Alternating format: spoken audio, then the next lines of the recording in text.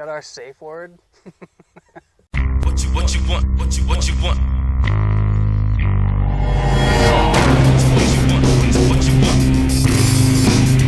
Come on. What you want? What you want? Come on. What you want? Come on. What you want? What you want?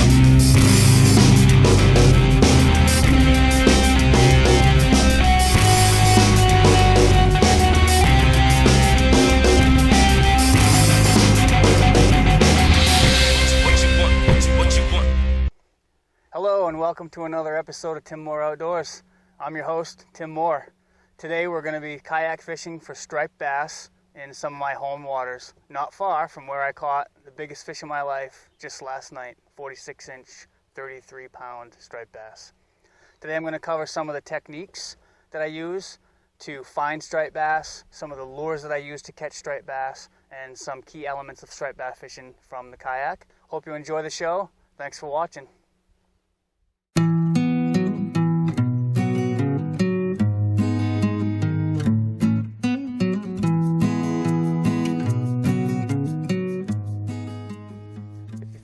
Same area regularly like I do, you're going to develop spots that you're going to go to and fish. They're going to be your go-to spots. You'll fish those no matter what. You know, certain shorelines or pieces of structure are going to become go-to spots. But oftentimes when we get out here, I like to look for birds. Birds mean bait. Bait means stripers. And when you see diving turns, condensed, diving in the same place, that means that there's bait there, usually condensed by stripers. So we'll look for birds and oftentimes head for the birds and chase birds around a lot of the time when we're fishing. But until the birds materialize, you gotta have something to do. So I'll pick a piece of shoreline or something, just drift it and make some casts in the shore as if I were largemouth bass fishing and try to catch some of those fish that are cruising up and down the shore. So a couple of really important things to remember is that stripers love structure. So it's really handy to come out at low tide and survey shorelines to find rocks and boulders along the shoreline, because when there's moving current across that shoreline, fish will hold on those rocks.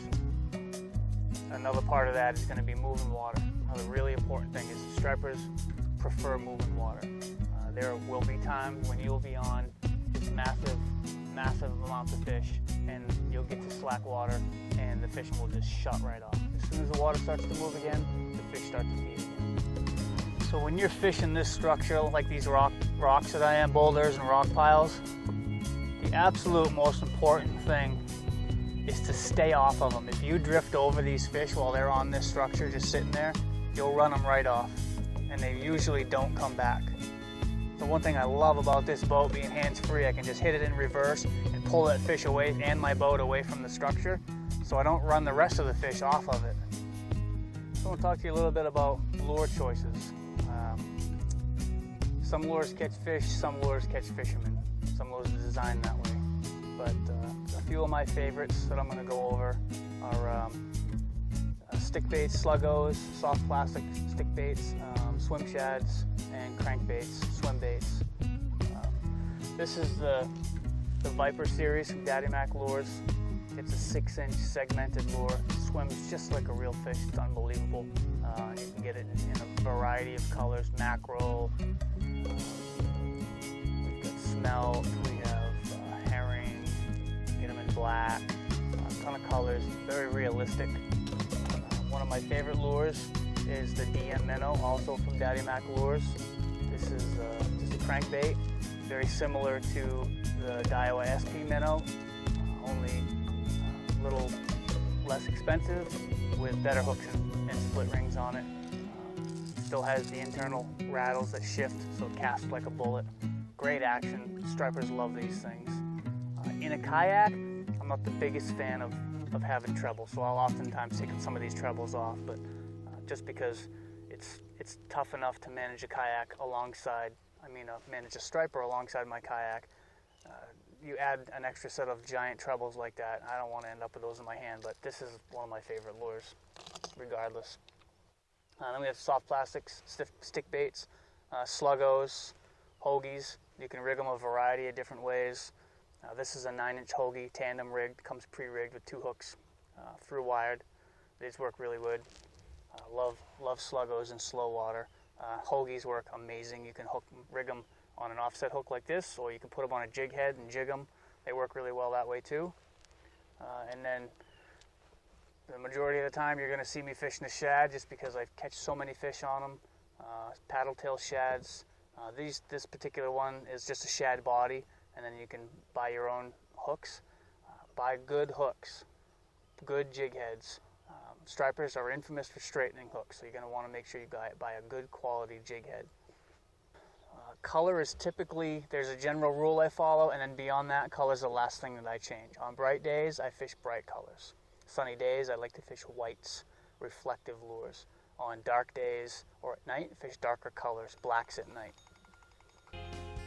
The way I like to fish these shads is I like to rip them or yo-yo them. You can just cast and retrieve these shads, but I prefer this ripping action. These shads are designed to create vibration, so that paddle tail is going to create the vibration in the water as it swims. There's one. That's what's going to make these fish key in on it. It's going to get their attention.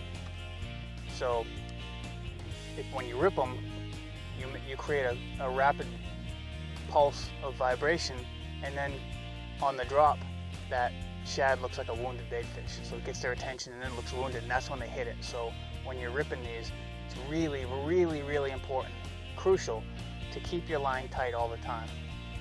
So, because they're going to hit it on the drop, so if you let your line go slack, you're not going to feel the bite, and you're only going to hit it once. So when I report tools you're going to have striper fishing from a kayak is going to be your gripper.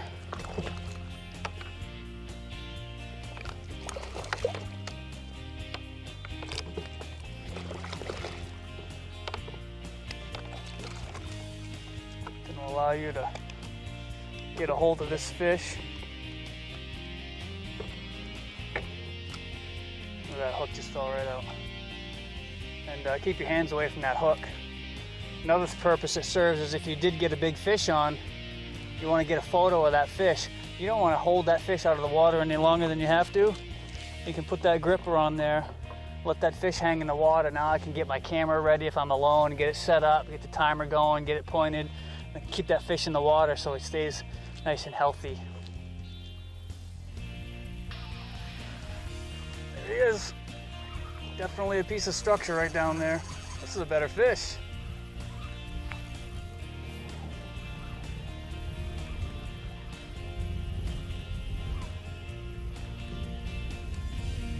A nice little run.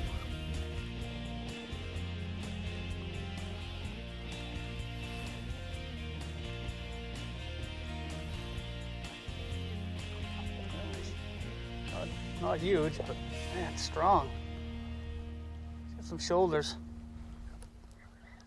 He had big ambitions.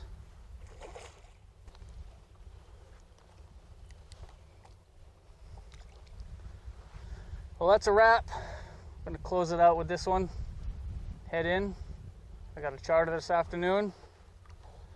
I want to thank you for watching. I hope you enjoyed this. If you have any questions, feel free to leave comments. Guess I deserved that. And please subscribe to our channel, our YouTube channel. What you want?